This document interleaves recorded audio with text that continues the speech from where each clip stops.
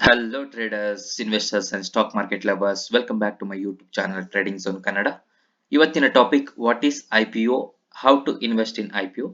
IPO ಅಂತಂದ್ರೆ ಏನು ಮತ್ತೆ IPO ಗೆ ಹೇಗೆ ಇನ್ವೆಸ್ಟ್ ಮಾಡೋದು ಅನ್ನೋದ್ರ ಬಗ್ಗೆ ಈ ವಿಡಿಯೋದಲ್ಲಿ ತಿಳ್ಕೊಳ್ಳೋಣ. First, what is IPO? IPO full form ಬಂದ್ಬಿಟ್ಟು ಇನಿಷಿಯಲ್ ಪಬ್ಲಿಕ್ ಆಫರಿಂಗ್ ಅಂತ. IPO stands for initial public offering. And IPO ಅಂತ ಅಂದ್ರೆ ಏನು ಅಂದ್ರೆ ಒಂದು ಪ್ರೈವೇಟ್ ಕಂಪನಿ ತಮ್ಮ ಕಂಪನಿ ಶೇರ್ಸ್ ಗಳನ್ನ ಪಬ್ಲಿಕ್ ಗೆ for the first time offer ಮಾಡ್ತಾ ಇರೋದನ್ನ IPO ಅಂತ ಕರೀತಾರೆ.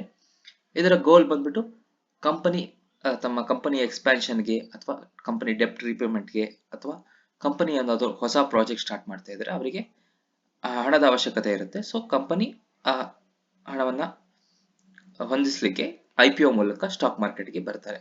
The goal is to raise money for expansion, ಡೆಪ್ಟ್ repayment or new project. Okay, next, why companies go for IPO? ಕಂಪನೀಸ್ಗಳು ಯಾಕೆ IPO ಮೂಲಕ ಮಾರ್ಕೆಟಿಗೆ ಬರುತ್ತೆ? Okay, first one, to raise capital for business growth. Company ತಮ್ಮ business ಗ್ರೋತ್ಗಾಗಿ ಕಂಪನಿಗೆ capital ನ ಅವಶ್ಯಕತೆ ಇರುತ್ತೆ. ಆ ಕ್ಯಾಪಿಟಲ್ ಫುಲ್ಫಿಲ್ಮೆಂಟ್ಗೋಸ್ಕರ ಕಂಪನಿ IPO ಮೂಲಕ ಮಾರ್ಕೆಟ್ಗೆ ಬರುತ್ತೆ. To give early investors and founders an exit opportunity. ಅಂದ್ರೆ ಕಂಪನಿಯ ಅರ್ಲಿ ಇನ್ವೆಸ್ಟರ್ಸ್ ಹಾಗೂ ಫೌಂಡರ್ಸ್ ಇರ್ತಾರಲ್ಲ ಅವರಿಗೆ ಒಂದು ಎಕ್ಸಿಟ್ ಆಪರ್ಚುನಿಟಿನ ಮಾಡ್ಕೊಡೋದಕ್ಕೋಸ್ಕರ ಕಂಪನಿ IPO ಮೂಲಕ ಸ್ಟಾಕ್ ಮಾರ್ಕೆಟ್ಗೆ ಬರುತ್ತೆ. And to gain public trust and increase brand visibility.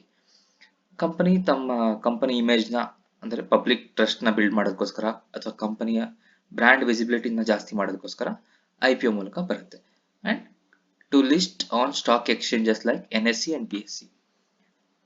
ನಮ್ಮ ಇಂಡಿಯಾದ ಮೇಜರ್ ಸ್ಟಾಕ್ ಎಕ್ಸ್ಚೇಂಜ್ ಅಂತ NSE ಮತ್ತು BSE ಲಿ ಲಿಸ್ಟ್ ಆಗೋದು ಪರ್ಪಸ್ಗೋಸ್ಕರ ಕಂಪನಿಗಳು IPO ಮೂಲಕ ಮಾರ್ಕೆಟ್ಗೆ ಬರುತ್ತೆ. Next, how to apply for an IPO? IPO ಗೆ ಹೇಗೆ ಅಪ್ಲೈ ಮಾಡೋದು ಅಂತ. IPO ಅಪ್ಲೈ ಮಾಡ್ಬೇಕಂದ್ರೆ ಫಸ್ಟ್ ನಿಮ್ಮ ಹತ್ರ ಡಿಮ್ಯಾಟ್ ಅಂಡ್ ಟ್ರೇಡಿಂಗ್ ಅಕೌಂಟ್ ಇರಬೇಕಾಗುತ್ತೆ. ನಾನು ಲಾಸ್ಟ್ ವಿಡಿಯೋದಲ್ಲಿ ನಿಮಗೆ ಡಿಮ್ಯಾಟ್ ಅಂಡ್ ಟ್ರೇಡಿಂಗ್ ಅಕೌಂಟ್ ಅಂದ್ರೆ ಏನು ಅದರ ಬಗ್ಗೆ ವಿಡಿಯೋದಲ್ಲಿ ಕ್ಲೀನ್ ಆಗಿ ಎಕ್ಸ್ಪ್ಲೇನ್ ಮಾಡಿದ್ದೀನಿ. ಓಕೆ, ನಿಮ್ಮ ಹತ್ರ ಡಿಮ್ಯಾಟ್ ಅಂಡ್ ಟ್ರೇಡಿಂಗ್ ಅಕೌಂಟ್ ಇರಬೇಕಾಗುತ್ತೆ ಒಂದು IPO ಗೆ ಅಪ್ಲೈ ಮಾಡ್ಬೇಕಂದ್ರೆ. For examples brokers like Zerodha, Groww, Angel, 5paisa, ಈ ತರ ಹಲವಾರು ಬ್ರೋಕರ್ಗಳಿದೆ. ನೀವು ಅದರಲ್ಲಿ ಡಿಮ್ಯಾಟ್ ಅಂಡ್ ಟ್ರೇಡಿಂಗ್ ಅಕೌಂಟ್ ನ ಯಾವ್ದಾರ ಒಂದು ಬ್ರೋಕರ್ ಅಲ್ಲಿ ಹೊಂದಿರಬೇಕಾಗುತ್ತೆ. ನೀವು ಆ ಬ್ರೋಕರ್ ಅಕೌಂಟ್ ಓಪನ್ ಮಾಡಿ ಅದರಲ್ಲಿ IPO ಸೆಕ್ಷನ್ ಗೆ ಹೋಗಿ ನಿಮಗೆ ಯಾವ IPO ಬೇಕು ಅಂದ್ರೆ ಯಾವ ಕಂಪನಿ IPO ಗೆ ನೀವು ಅಪ್ಲೈ ಮಾಡ್ತಾ ಇದ್ದೀರಾ ಆ ಕಂಪನಿಯನ್ನು ಸೆಲೆಕ್ಟ್ ಮಾಡಿ ಮತ್ತೆ enter the number of lots and ಬಿಡ್ ಪ್ರೈಸ್.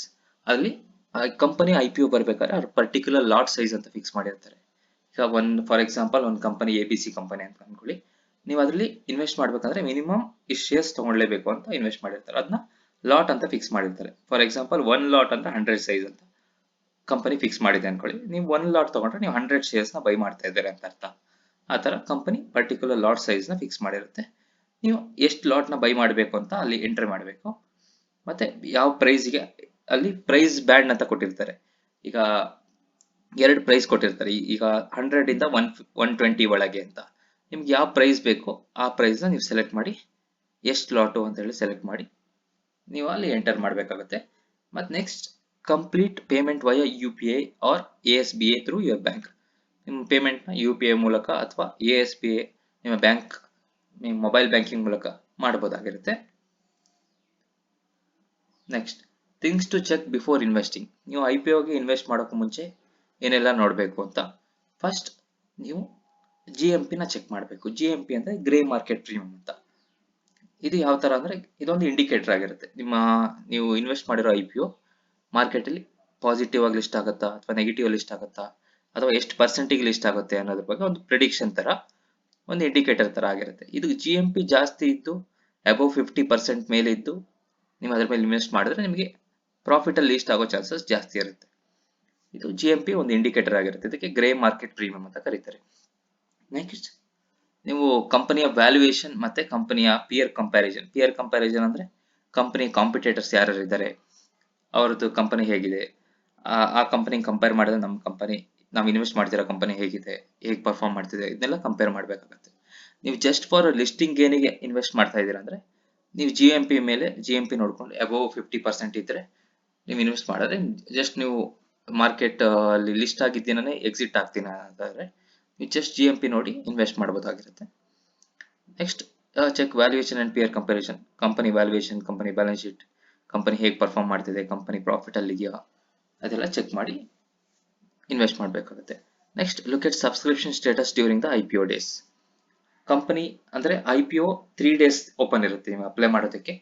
ಆ 3 days ಅಲ್ಲಿ ನೀವು ಫಸ್ಟ್ ಒಂದು 2 days ಅಬ್ಸರ್ವ್ ಮಾಡಿ ಹೇಗೆ ಸಬ್ಸ್ಕ್ರಿಪ್ಷನ್ ಆಗ್ತಾ ಇದೆ, ಎಷ್ಟು ಸಬ್ಸ್ಕ್ರಿಪ್ಷನ್ ಆಗಿದೆ, ಎಷ್ಟು ಜನ ಫುಲ್ಲಿ ಸಬ್ಸ್ಕ್ರೈಬ್ ಆಗಿದೆಯಾ, ಎಷ್ಟು ಟೈಮ್ ಸಬ್ಸ್ಕ್ರಿಪ್ಷನ್ ಆಗಿದೆ. ಇದರಲ್ಲಿ ನೀವು ಸಬ್ಸ್ಕ್ರಿಪ್ಷನ್ ಮಾಡಬೇಕಾದ್ರೆ ಕೋಟಾಸ್ ಬರುತ್ತೆ, ರಿಟೇಲ್ ಕೋಟಾ, HNI ಕೋಟಾ, ಮತ್ತೆ ಕ್ವಾಲಿಫೈಡ್ ಇನ್ಸ್ಟಿಟ್ಯೂಷನ್ ಬಯರ್ಸ್ ಕೋಟಾ, ಈ ತರ ಬರುತ್ತೆ. ರಿಟೇಲ್ ಅಂದ್ರೆ ನಮ್ಮ ತರ ನಾರ್ಮಲ್ ಇನ್ವೆಸ್ಟರ್ಸ್, HNI ಅಂದ್ರೆ ಹೈ ನೆಟ್ವರ್ತ್ ಇನ್ವೆಸ್ಟರ್ಸ್ ಅಂತ. ಇವ್ರದ್ದು ಅಬೌಟ್ 10 lakh ಮೇಲೆ ಇನ್ವೆಸ್ಟ್ ಮಾಡ್ತಾರಲ್ಲ ಅವರಿಗೆ HNI ಕ್ಲೈಂಟ್ಸ್ ಅಂತ ಕರೀತಾರೆ, ಅಥವಾ HNI ಇನ್ವೆಸ್ಟರ್ಸ್ ಅಂತ ಕರೀತಾರೆ. QIB ಅಂದ್ರೆ ಕ್ವಾಲಿಫೈಡ್ ಇನ್ಸ್ಟಿಟ್ಯೂಷನ್ ಬಯರ್ಸ್ ಅಂದ್ರೆ ಬ್ಯಾಂಕ್, ಕಮರ್ಷಿಯಲ್ ಬ್ಯಾಂಕ್ಸ್ ಆಗಿರ್ಬೋದು, ಈ ದೊಡ್ಡ ದೊಡ್ಡ ಮ್ಯೂಚುವಲ್ ಫಂಡ್ ಹೌಸಸ್ ಆಗಿರ್ಬೋದು, ಈ ತರನ QIB ಅಂತ ಕರೀತಾರೆ. ನೀವು ಅವರ ಸಬ್ಸ್ಕ್ರಿಪ್ಷನ್ ಎಲ್ಲ ನೋಡ್ಕೊಂಡ್ಬಿಟ್ಟು ಆ ಕಂಪನಿ ಮೇಲೆ ತುಂಬಾ ಜನ ಸಬ್ಸ್ಕ್ರಿಪ್ಷನ್ ಮಾಡ್ತಿದ್ದಾರೆ ಅಂದ್ರೆ ಆ ಪಾಸಿಬಿಲಿಟಿ ಜಾಸ್ತಿ ಇರುತ್ತೆ, ಕಂಪನಿ ಪ್ರಾಫಿಟ್ ಅಲ್ಲಿ ಇಷ್ಟ ಆಗೋ ಪಾಸಿಬಿಲಿಟಿ ಜಾಸ್ತಿ ಇರುತ್ತೆ. ಇದನ್ನೆಲ್ಲ ನೋಡ್ಕೊಂಡು ನೀವು ಇನ್ವೆಸ್ಟ್ ಮಾಡಬೇಕಾಗುತ್ತೆ. ಮತ್ತೆ avoid hype based investing and focus on fundamentals. ಅಂದ್ರೆ ಈಗ ಕೆಲವು ಕಂಪನಿಗಳು ತುಂಬಾ ನ್ಯೂಸ್ ಅಲ್ಲಿ ಇರುತ್ತೆ, ಅಂದ್ರೆ ಸುದ್ದಿಲಿರುತ್ತೆ. ಈಗ ಫಾರ್ ಎಕ್ಸಾಂಪಲ್ ರೀಸೆಂಟ್ ಅಲ್ಲ, ತುಂಬಾ ಹಿಂದೆನೆ ಪೇಟಿಎಂ ಕಂಪನಿ ಬಂತು. ಪೇಟಿಎಂ IPO ಬಂದಾಗ ಪೇಟಿಎಂ ನೇಮ್ ಎಲ್ಲರಿಗೂ ಗೊತ್ತಿದೆ, ಫೇಮಸ್ ನೇಮ್. ಹಂಗಂತ ಹೇಳ್ಬಿಟ್ಟು ಅದ್ರ ಮೇಲೆ ಇನ್ವೆಸ್ಟ್ ಮಾಡಕ್ಕೆ ತುಂಬಾ ಜನ ಆತರ ಇನ್ವೆಸ್ಟ್ ಮಾಡ್ಬಿಟ್ಟು ಲಾಸ್ ಆಗಿದೆ. ಅದಕ್ಕೆ ಹೈಪ್ ಇರೋ ಕಂಪನಿಗಳು ಅದನ್ನ ಮಾತ್ರ ನೋಡಿ ಇನ್ವೆಸ್ಟ್ ಮಾಡಬಾರ್ದು. ಯಾವಾಗಲೂ ಕಂಪನಿ ಫಂಡಮೆಂಟಲ್ಸ್, ಕಂಪನಿ ಹೇಗೆ ಪರ್ಫಾರ್ಮ್ ಮಾಡ್ತಿದೆ, ಕಂಪನಿ ಪ್ರಾಫಿಟ್ ಅಲ್ಲಿ ಇದೆಯಾ, ಮತ್ತೆ ಬೇರೆ ಕಂಪನಿ ಕಂಪೇರ್ ಮಾಡಿದ್ರೆ ಈ ಕಂಪನಿ ಎಷ್ಟು ಬೆಟರ್ ಆಗಿದೆ, ಇದೆಲ್ಲ ಕಂಪೇರ್ ಮಾಡಿ ಇದೆಲ್ಲ ನೋಡ್ಕೊಂಡು ಇನ್ವೆಸ್ಟ್ ಮಾಡಬೇಕಾಗುತ್ತೆ. ಓಕೆ, ಇದಿಷ್ಟು IPO ಬಗ್ಗೆ ಇವತ್ತಿನ ವಿಡಿಯೋ ಆಗಿತ್ತು.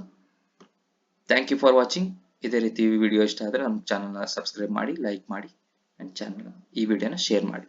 Thank you everyone, thank you.